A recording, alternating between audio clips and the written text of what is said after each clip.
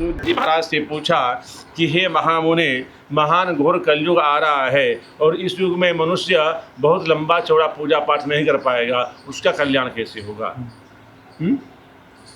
वो सब हम सुनना चाहते हैं। किस व्रत अथवा तपस्या से मनोवांछित फल प्राप्त होगी, यह सब हम सुनना चाहते हैं, कृपया करके बताइए। कौन पूछ रहा है? कश्यप हैं? बोलो खुल के। ऋषि मुनि। हाँ, ऋषियों ने प्रश्न किया है। किससे? व्यास जी से। व्यास जी से। तब सूत जी कहते हैं कि जिस प्रकार से आप लोगों ने प्रश्न किया, उसी प्रकार देवर्षि नारद जी के द्वारा पूछे जाने पर भगवान कमलापति ने, भगवान विष्णु ने जैसा कहा था उसे मैं कह रहा हूँ, आप लोग सावधान होकर के सुने। इसमें सीधा लिखा हुआ, क्या लिखा हुआ? कि सावधान होकर के सुने। हैं? सावधान होकर सुनेंगे तो जब पंडित जी पूछेंगे तो बता देंगे, नहीं तो इधर सुनेंगे इधर से उड़ जाएगा। हैं? कह रहे हैं कि आप लोग सावधान होकर सुनिए। एक समय योगी नारद जी लोगों के कल्याण की कामना से विविध लोक में भ्रमण करते हुए मृत्यु लोक में आए। विविध लोक क्या है? हाँ, पूरे ब्राह्मण का, इसमें 7 लोक है। जैसे पृथ्वी है वैसे 7 हैं। भूर भुआ स्व जन तप सत्यलोक, ये सब जो है। और ये क्या है? ये मृत्यु लोक है। कह रहे हैं कि विविध लोक में घूमते हुए मृत्यु लोक में आए और वहाँ उन्होंने अपने कर्म फल के अनुसार नाना योनि में उत्पन्न अनेक प्रकार के प्राणियों को अनेक प्रकार के दुख भोगते हुए देखा। अनेक प्रकार के दुख क्या है? हर तरह के हैं? कोई जमीन के लिए दुखी, कोई पुत्र के लिए, कोई पुत्री के लिए, कोई विवाह के लिए, कोई विद्या के लिए, हैं? सब किसी न किसी तरह से दुखी हैं। किस उपाय से उनके दुखों का सुनिश्चित रूप से नाश हो सकता है, ऐसा मन में विचार करके वह विष्णु लोक को चले गए। कौन उपाय बताएगा? भगवान विष्णु बताएंगे, उनके पास चले गए। करेंगे तत्र नाड़म दिमम शुक्लवर्णम चतुर्भुजम शंख चक्र गदा पद्म बनमाला विभूषितम। वहाँ गए तो 4 भुजाओं वाले भगवान को देखा, जिनके 4 हाथ थे। एक में शंख, एक में चक्र, एक में गदा, एक में पद्ममाला लिए हुए उन नारायण का दर्शन करके उन देवादिदेव की प्रार्थना करने लगे।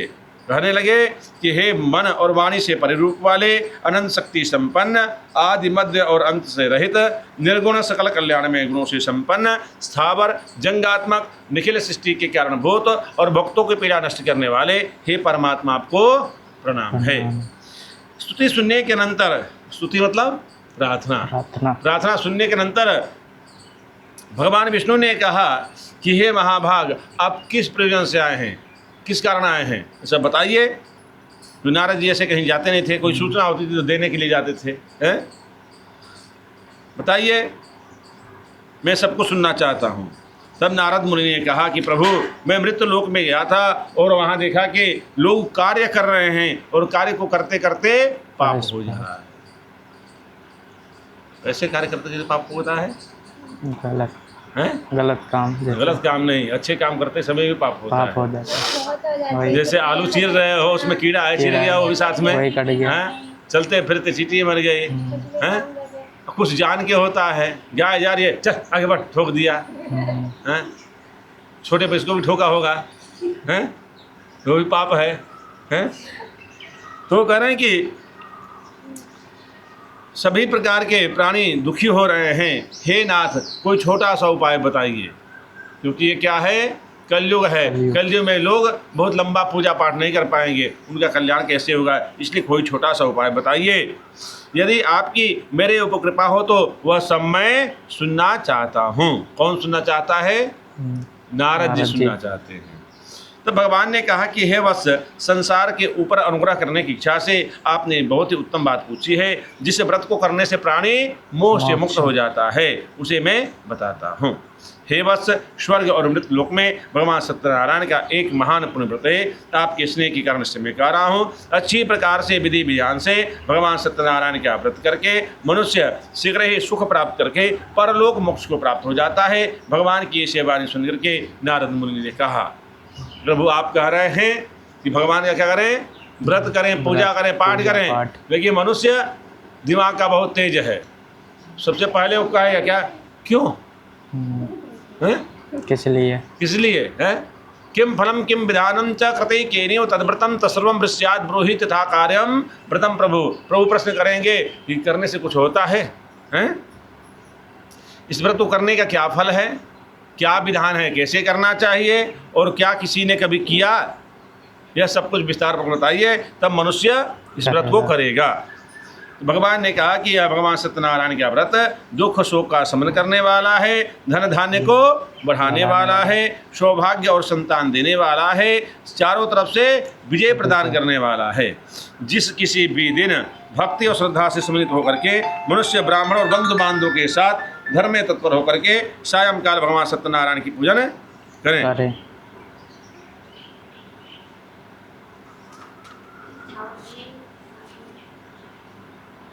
क्या चीज बोलो? नैवेद्य के रूप में, नैवेद्य क्या है? खाने के रूप में उत्तम कोटि भोजनीय पदार्थ सवाया मात्रा में अर्पण करना चाहिए। क्या क्या? केले का फल, घी, दूध, गेहूं का चूर्ण जो चढ़ा हुआ है, गेहूं का चूर्ण, गेहूं का चूर्ण ना मिलने पर चावल का चूर्ण, शक्कर या गुड़, यह सब खाने योग्य सामग्री भगवान को अर्पण करना चाहिए, निवेदित करना चाहिए। तत्पश्चात बंधु बांधवों के साथ भगवान सत्यनारायण की कथा सुनकर के ब्राह्मण को दक्षिणा देनी चाहिए।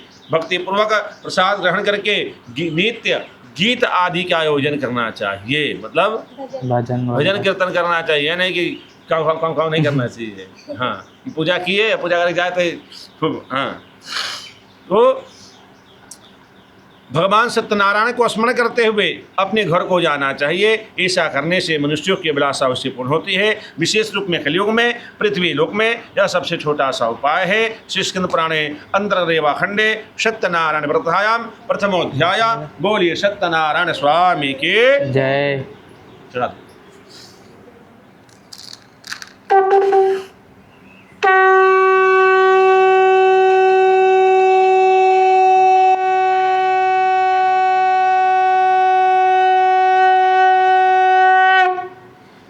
श्रीमन्नारायण नारायण नारायण, श्रीमन्नारायण नारायण नारायण, नारायण नारायण नारायण, लक्ष्मी नारायण नारायण नारायण, श्री नारायण नारायण नारायण, श्रीमन्नारायण नारायण नारायण, सूर्य नारायण नारायण नारायण, चंद्र नारायण नारायण नारायण, तारे नारायण नारायण नारायण, श्रीमन्नारायण नारायण नारायण। भगवान की जय।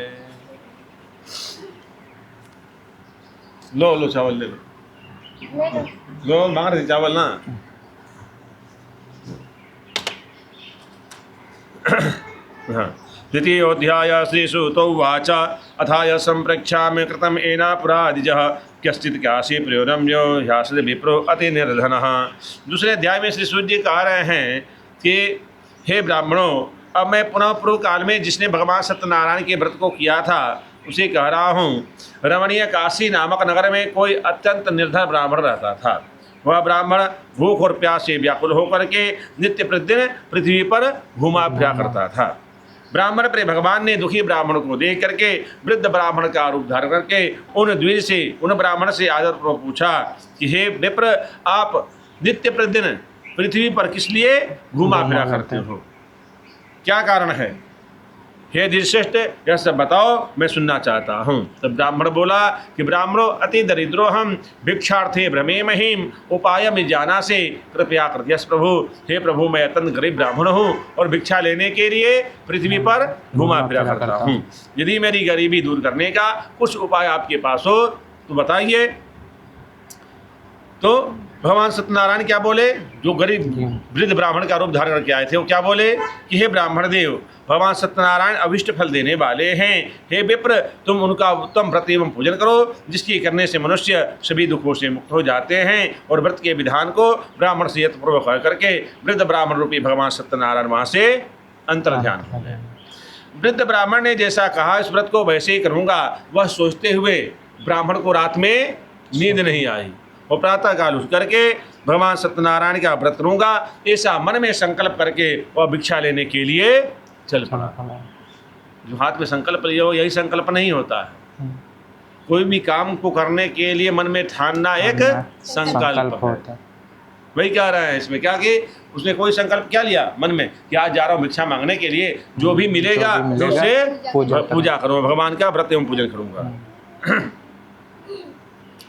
उस दिन ब्राह्मण को बहुत सारा धन प्राप्त हुआ। उसी धन से बंधु बांधव के साथ भगवान सत्यनारायण का व्रत किया। इस व्रत के प्रभाव से वह श्रेष्ठ ब्राह्मण सभी दुखों से मुक्त होकर के समस्त संपत्तियों से संपन्न हो गया। उस दिन से लेकर के प्रत्येक महीने में उसने यह व्रत किया। इस प्रकार भगवान सत्यनारायण के व्रत को करके वह श्रेष्ठ ब्राह्मण सभी पापों से मुक्त हो गया और दुर्लभ मोक्ष पद को प्राप्त किया। कहते हैं कि पृथ्वी पर जब कोई मनुष्य भगवान सत्यनारायण का व्रत करेगा, उसी समय उसके समस्त दुख नष्ट हो जाएंगे। इस प्रकार हाँ, वो स्वीकार कर रहे कि हम किए हैं। हाँ, तो कह रहे हैं कि इस प्रकार नारायण ने जो महात्मा नारद जी से कहा था, वह सब मैंने आप लोगों से कह दिया। कौन कह दिया? नारायण जी। कौन कह दिया? वो ब्राह्मण सुने नहीं। अब क्या सुन रहे थे?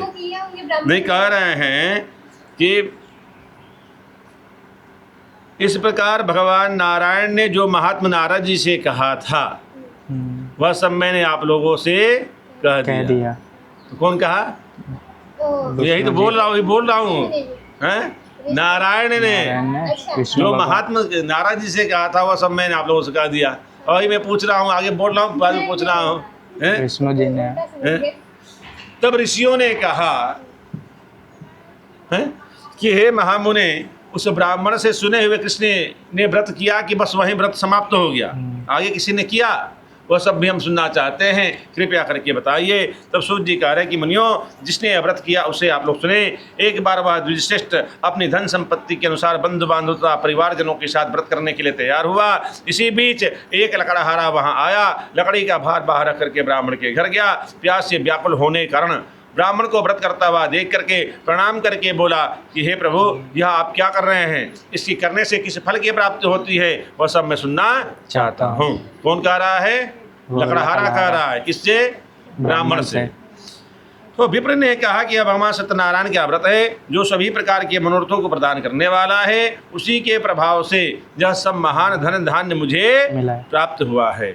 जल पी करके, प्रसाद ग्रहण करके वह नगर की ओर चल पड़ा और भगवान सत्यदेव के लिए मन में सोचने लगा कि आज लकड़ी बेचने से जो भी धन मिलेगा, उस धन से मैं भगवान सत्यनारायण का व्रत एवं पूजन करूँगा। लकड़ी को मस्तक पर रख करके वह सुंदर नामक नगर में गया, जहाँ धन संपन्न लोग रहते थे। उस दिन उसे लकड़ी का दूना मूल्य प्राप्त हुआ।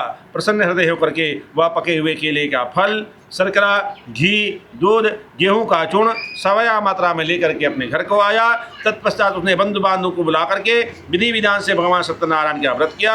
इस व्रत के प्रभाव से वह धन एवं पुत्रों से संपन्न हो गया और इस लोक में सभी सुखों का उपभोग करके अंत में सत्यपुर वैकुंठ को चला गया। श्री स्कंद पुराण रेवा खंडे सत्यनारायण व्रतधायाम द्वितीयोध्याय। बोलिए सत्यनारायण स्वामी की जय।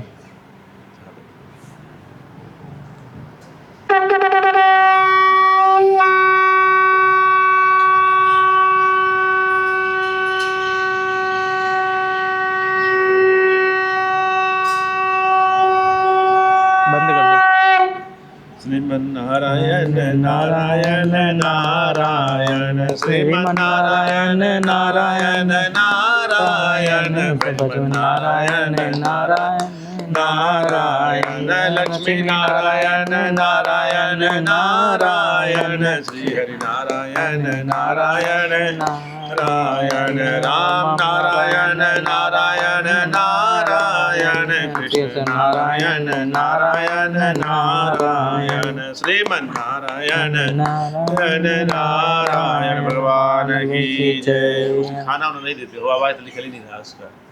हैं? खाना नहीं खाती है ना? खाना नहीं खाती सही से, इसलिए आवाज नहीं आ रहा है उसे। वो खुल रहा है तो बिन बिन बिन बिन है। तो मेरे पास आवाज नहीं, भगवान के पास कहाँ पहुँचेगा आवाज? अरे वो सब सुनते हैं, उनका तो छोटी छोटी आवाज सुनाई देती है। वो बैठे हुए हैं कि थोड़ा सा हम सुन ले इसकी आवाज है। तृतीयोध्याय, तीसरे अध्याय में सूर्य जी कहते हैं कि पुनरज्ञ प्रक्षा में शुद्धम मनुष्यतमा पुराचूल का मुखो नाम नृपचासिन महामती जितेंद्रिय सत्यवादी यो देवालयम प्रति दिने दिने धरम दत्वा द्यासन सोयसे। तीसरे अध्याय में कह रहे हैं कि श्रेष्ठ मुनियों, अब मैं आगे कथा कर रहा हूँ, आप लोग सुने। प्राचीन काल में उल्का मुख नाम का एक राजा था। क्या नाम था? उल्का मुख। उल्का मुख। हाँ, वह क्या था? जितेंद्रिय, सत्यवादी और अत्यंत बुद्धिमान राजा था। जितेंद्रिय, नहीं पता। इसको मालूम है? जी। जो अपने इंद्रियों को वश में कर ले। इंद्रिय क्या है? छह इंद्रियाँ। वही ना? वो जो मन। हाँ, अच्छा। हाँ, ये इंद्रिय में आती है। आँख, नाक, ये सब इंद्रियां हैं जो अपने बस में कर ले, किसी चीज़ की इच्छा ही न हो। हैं? और सत्यवादी, झूठ नहीं बोलने वाला। और बुद्धिमान तो बहुत बुद्धि। हैं? वह राजा प्रतिदिन देवालय जाता, मंदिर जाता और ब्राह्मणों को धन दे करके संतुष्ट करता था। कमल के समान मुख वाली उनकी धर्मपत्नी शील, विनय, सौंदर्य आदि गुणों से संपन्न तथा पति पारायण थी। राजा एक दिन अपनी धर्मपत्नी के साथ भद्रशिला नदी के तट पर भगवान सत्यनारायण का व्रत कर रहा था। उसी समय व्यापार के लिए अनेक प्रकार के पुष्कल धनराशि से संपन्न एक साधु बनिया वहाँ आया। भद्रशिला नदी के तट पर नाव को स्थापित करके राजा के समीप गया। राजा को व्रत में दीक्षित देख करके आदरपूर्वक कहने लगा कि हे राजन, आप भक्त युक्त से क्या कर रहे हैं? इसके करने से किस फल की प्राप्ति होती है?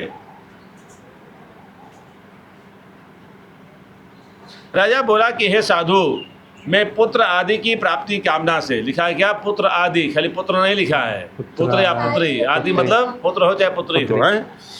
पुत्र आदि की प्राप्ति कामना से अतुल तेज संपन्न भगवान सत्यनारायण का व्रत एवं पूजन कर रहा हूँ। राजा की बात सुनकर के साधु ने कहा कि हे राजन, आप इस विषय में मुझे भी बताइए, क्योंकि मुझे भी संतान नहीं है और ऐसा करने से अवश्य ही प्राप्त होगी। ऐसा विचार करके व्यापार से निवृत्त होकर के आनंद पूर्वक अपने घर आया और उसने अपनी भार्या से संतति प्रदान करने वाले सत्यव्रत को बताया। भार्या मतलब पत्नी। हाँ। और कहा कि जब मुझे संतान की प्राप्ति होगी तब मैं इस व्रत को करूँगा, अभी नहीं करूँगा, जब प्राप्त होगा तब। क्योंकि बनिया था, बनिया को पहले फायदा दिखना चाहिए, हैं? तब व्यापार करता है। भगवान के साथ भी यही कर दिया है कि पहले हमें कुछ दो तब मैं आपका करूँगा, हैं? इस प्रकार उस साधु ने अपनी भार्या लीलावती से कहा। एक दिन उसकी लीलावती नाम की सती साध्वी भार्या पति के साथ आनंद चित्त से ऋतुकालीन धर्माचरण प्रवृत्त हुए और भगवान सत्यनारायण की कृपा से गर्भिणी हुए। 10वें महीने में कन्या रत्न की उत्पत्ति हुई। वह कन्या शुक्ल पक्ष के चंद्रमा के भांत दिन प्रतिदिन बढ़ने लगी। उस कन्या का नाम कलावती रखा गया। एक दिन लीलावती ने अपने स्वामी से मधुर वाणी में कहा कि आप पूर्व में संकल्पित जो पहले कहे थे कि मैं भगवान का व्रत एवं पूजन करूंगा, वो क्यों नहीं कर रहे हैं? आपको करना चाहिए, क्योंकि भगवान ने हमें क्या संतति दे दी, पुत्री दे दी। साधु बोला कि हे प्रिय, इसके विवाह के समय व्रत करूंगा, अभी मैं व्यापार करने के लिए नगर के लिए जा रहा हूँ। इधर कन्या कलावती पिता घर में बढ़ने लगी। तदनंतर धर्मज्ञ साधुओं ने नगर में सखियों के साथ क्रीड़ा करते हुए खेलते हुए देख करके, कन्या के विवाह योग्य देख करके आपस में मंत्रणा करके कन्या के विवाह के लिए श्रेष्ठ वर्ग ढूंढ कर ले आओ, ऐसा दूत से कह करके उन्हें शीघ्र ही भेज दिया। दूत उनकी आज्ञा प्राप्त करके दूत कांचन नामक नगर में गया और वहाँ से एक वणिक के पुत्र को ले आया। उस वणिक के पुत्र को सुंदर गुणों से संपन्न देख करके अपने जाति के लोगों तथा बंधु बांधवों के साथ संतुष्टित हो विधि विधान से वणिक पुत्र के हाथ कन्यादान कर दिया। उस समय वह साधु दुर्भाग्यवश भगवान का उत्तम व्रत करना भूल गया। पूर्व संकल्प के अनुसार विवाह के समय व्रत न करने के कारण भगवान उस पर रुष्ट हो गए, नाराज हो गए। कुछ समय के पश्चात अपने व्यापार कर्म में कुशल साधु काल की प्रेरणा से अपने दामाद के साथ व्यापार करने के लिए समुद्र के समीप रत्नसारपुर नामक नगर में गया और श्री संपन्न दामाद जी के साथ व्यापार करने लगा। तदनंतर वे दोनों राजा चंद्रकेतु के रमणीय नगर में गए। उसी समय भगवान सत्यनारायण ने उसे भ्रष्ट प्रतिज्ञा देख करके इसे दारुण, कठिन और महान दुख प्राप्त हो ऐसा श्राप दे दिया। भगवान का श्राप कैसे लगता है? कुछ नहीं करोगे नहीं फिर भी लगते करोगे। हो। अब देखो कैसे बता रहे हैं कैसे लगा। एक दिन एक चोर राजा चंद्रकेतु के धन को चुरा कर वहीं आया जहाँ दोनों बनिया बैठे हुए थे। कौन कौन? उसका दामाद और ससुर हैं? बैठे हुए थे। वह अपने पीछे दौड़ते हुए दूतों को देख करके भयभीत मन से धन को वहीं छोड़ करके शीघ्र ही छिप गया। इधर राजा के दूत वहां आ गए जहां वह साधु वणिक बैठा था। वहां राजा के धन को देख करके उन दूतों ने उन दोनों वणिक पुत्रों को बांध करके ले आए और हर्षपूर्वक दौड़ते हुए बोले कि हे राजन, हम 2 चोर पकड़ के लाए हैं, इन्हें देख करके आप आज्ञा दीजिए। राजा की आज्ञा से बिना विचार किए महान कारागार में डाल दिए गए। किसी ने उन दोनों की बात ना सुनी और राजा चंद्रकेतु ने उन दोनों का भी धन ले लिया। अपना तो लिया है, उनका भी धन ले लिया। परंतु भगवान के श्राप से बड़ी की भार्या भी अत्यंत दुखी हो गई। उसके घर में जो सब सामान रखा था सब चोरों ने चुरा लिया। देखो दूसरे राज्य की बात है, दूसरे राज्य की बात है। वहाँ वो चुरा कर लिया करके राजा के धन को बनिया के पास छोड़ रहा है, और वही चोर उनके घर से उठा करके वहीं दे रहा। सब सामान ले जा रहा है। भगवान श्राप लगता है तो ऐसे लगता है चारों तरफ से लगता है। कह कि चोरों ने चुरा लिया। वह लीलावती शारीरिक तथा मानसिक पीड़ा से युक्त होकर के भूख और प्यास से दुखी होकर के अन्य की चिंता में इधर उधर भटकने लगे। कन्या कलावती भी भोजन के लिए इधर उधर घूमने लगे।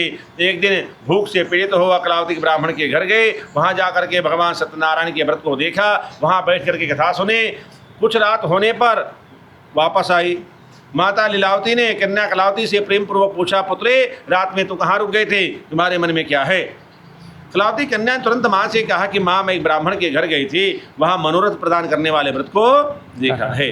कन्या की बात सुनकर के वणिक की भार्या व्रत करने के लिए तैयार हुए। प्रसन्न मन से साध्वी ने बंधु बांधव के साथ भगवान सत्यनारायण का व्रत किया और इस प्रकार प्रार्थना की कि हे भगवान, आप हमारे पति एवं जामाता के अपराध को क्षमा करें। वे दोनों शीघ्र ही घर आ जावें। इस व्रत से भगवान सत्यनारायण संतुष्ट हो गए और उन्होंने नृपश्रेष्ठ राजा चंद्रकेतु को स्वप्न दिखाया और स्वप्न में कहा कि प्रातः काल होते ही दोनों वणिक पुत्रों को शीघ्र मुक्त कर दो, नहीं तो धन राज्य पुत्र सहित तुम्हारा सर्वनाश कर दूंगा।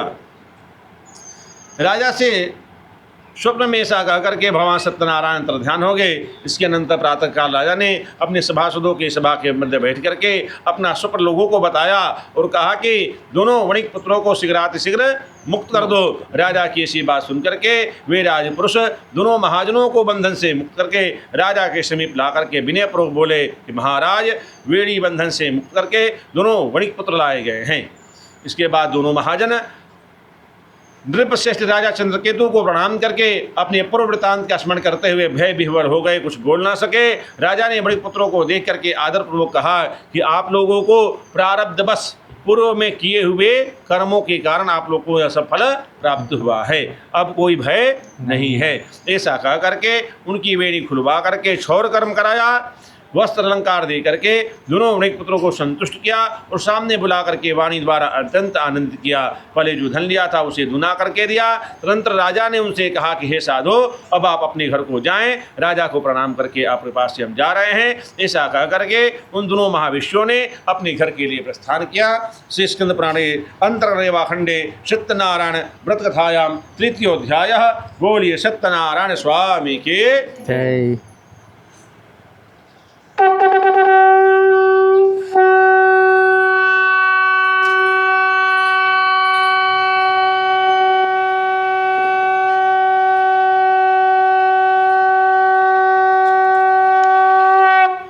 श्रीमन्नारायण नारायण नारायण श्रीमन्नारायण नारायण नारायण भजमन्नारायण नारायण नारायण लक्ष्मी नारायण नारायण नारायण लक्ष्मी नारायण नारायण नारायण सत्यनारायण नारायण नारायण श्रीमन्नारायण नारायण नारायण नारायण नारायण नारायण बद्री नारायण नारायण नारायण केदार नारायण नारायण नारायण श्रीमन्नारायण नारायण नारायण श्रीमन्नारायण नारायण नारायण नारायण नारायण नारायण भगवान की जय। चतुर्थोऽध्यायः श्रीश्रुतौवाच यात्रात्रोक्तवान् साधुर्मङ्गलायान् पूर्विकां ब्राह्मणेभ्यो धनं दत्त्वा तदा तु नगरं ययो यद्दूरे गते साधु सत्यनारायण प्रभो जिज्ञासान् कृतवान् साधुं किमस्तिं तो नोस्थितं। चौथे अध्याय में श्री सूर्य जी कह रहे हैं कि साधु जो बनिया था उसको कह रहे हैं कि साधु मंगलाचरण करके सुबह सुबह पूजा पाठ करके हैं ब्राह्मणों को धन दे करके अपने नगर के चढ़ पड़ा। साधु के कुछ दूर जाने पर भगवान सत्यनारायण की जिज्ञासा हुई कि चलो परीक्षा लेके देखते हैं बनिया कुछ बदला कि या नहीं, वैसे कि वैसा ही है। कथा सुनने के बाद बदला भी जाता है, हाँ जैसा बताया वैसा किया भी जाता है, नहीं खाली सुन के गए गाँव फिर घर में वैसे ही करने लगे हैं। वही बता रहे हैं ये देखो हैं क्या कह रहे हैं कि चलो परीक्षा लेके देखते हैं कुछ बदला की वैसे का वैसे ही है, झूठा का झूठे ही है। तब साधु भगवान ने क्या बोला,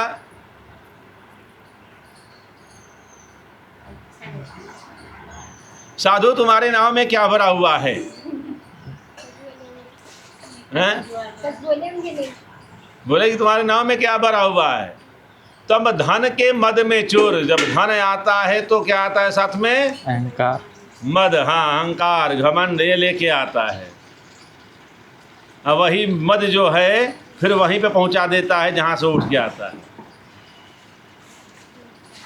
इससे जब ज़्यादा पैसा होता है ना तो मकान बनता है, और ज़्यादा पैसा होता है तो गाड़ी आती है, गाड़ी के बाद जो पैसा तो बंदूक आता है, बंदूक कहीं ना कहीं चलती है फिर वहीं पे आता है। तो करें कि तुम्हारे नाम में क्या भरा हुआ है? तो धन के मद में चोर अवहेलना पूर्वक, अवहेलना पूर्वक, अवहेलना मतलब गुस्से से, कैसे कैसे कहा जाता है अवहेलना? चिल्लाते हुए, कोई बात मम्मी कह रही है करने के लिए हंस के टाल दो, वो क्या है? अवहेलना है। हैं? समझिए, कोई चीज़ कहा है करने के लिए और हंस के टाल देना, वो क्या है? अवहेलना है। किया नहीं, काम को छोड़ दिया है। अवहेलना पर हंसते हुए कहा, डंडी क्यों पूछ रहे हो? क्या कुछ द्रव्य लेने की इच्छा है? हमारे नाव में तो लता पत्ते आदि भरे हुए हैं। वो गया था व्यापार करने के लिए लता पत्ते ही लेकर के, लेकिन वापस आ रहा था उसमें लता पत्ते नहीं थे। क्या था उसमें? सोने के सिक्के थे, चांदी के सिक्के थे, लेकिन क्या बोल रहा है कि लता पत्ते हैं। ऐसी निष्ठुर वाणी सुनकर के तुम्हारी बात सत्य हो जाए ऐसा कह करके दंडी सन्यासी रूप धारण हुए भगवान सत्यनारायण समुद्र के कुछ दूर जा करके बैठ गए। दंडी के चले जाने पर नित्य क्रिया करने के पश्चात जल में ऊपर उठी हुई नौका को देख करके अत्यंत आश्चर्य में पड़ गया। अब सोचोगे कि पंडित जी कह रहे हैं कि लता पत्ते ही ले गया था व्यापार करने। लता पत्ते क्या? मसाला, तेजपत्ता है, मसाला ले गया था व्यापार करने के लिए। तो दंडी के चले जाने पर नित्य क्रिया करने के पश्चात जल में ऊपर उठी नौका को देख करके अत्यंत आश्चर्य में पड़ गया और नाव में लता पत्ते आदि देख करके मूर्छित होकर के पृथ्वी पर गिर पड़ा। सचेत होने पर उनके दामाद ने कहा कि पिताजी आप शोक क्यों कर रहे हैं? हमें दंडी ने ही दंड दिया है, इस स्थिति में हमें उन्हीं की शरण में चलना चाहिए, वहीं हमारी मन की इच्छा पूर्ण होगी। जा माता की बात सुन करके उनके पास गया, दंडी को भक्ति पूर्वक प्रणाम करके आदर पूर्वक कहने लगा कि आपके सम्मुख मैंने जो भी कुछ असत्य भाषण रूपी अपराध किया है उस अपराध को आप क्षमा करें। ऐसा कहकर बारंबार प्रणाम करके महान सुख से आकुल हो गया। दंडी ने उसे रोता हुआ देखा, कहा कि हे मूर्ख रो मत, मेरी बात सुन। स्थिति ज़्यादा है?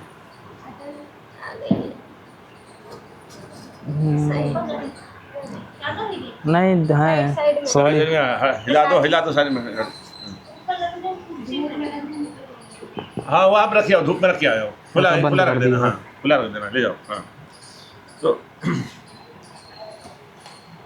रुक में रख दो, हाँ कुर्सी पर रख देना ऊपर, छोड़ दो, खाली रख के छोड़ दो, अपने आप भाग जाएंगे। हाँ बढ़िया, नहीं भाग जाएंगे। धूप लगे, गर्मी लगेगी, भाग भाग जाएंगे। जाएंगे तो, हाँ।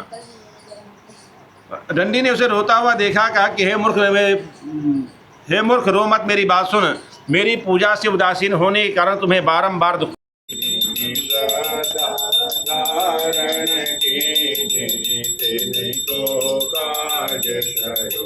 ओम जय लक्ष्मी रमणा ग्वाल बाल सन राजा बन में भक्ति करी, स्वामी बन में भक्ति करी।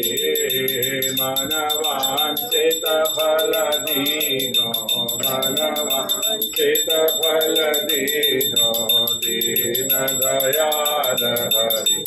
ओम जय लक्ष्मी रमणा चढ़त प्रसाद सवाय, कदली फल मेवा, स्वामी कदली फल मेवा। धूपदीप तुलसी से, धूपदीप तुलसी से, राजी सत्य देवा। ओम जय लक्ष्मी रमणा। सत्य नारायण जी की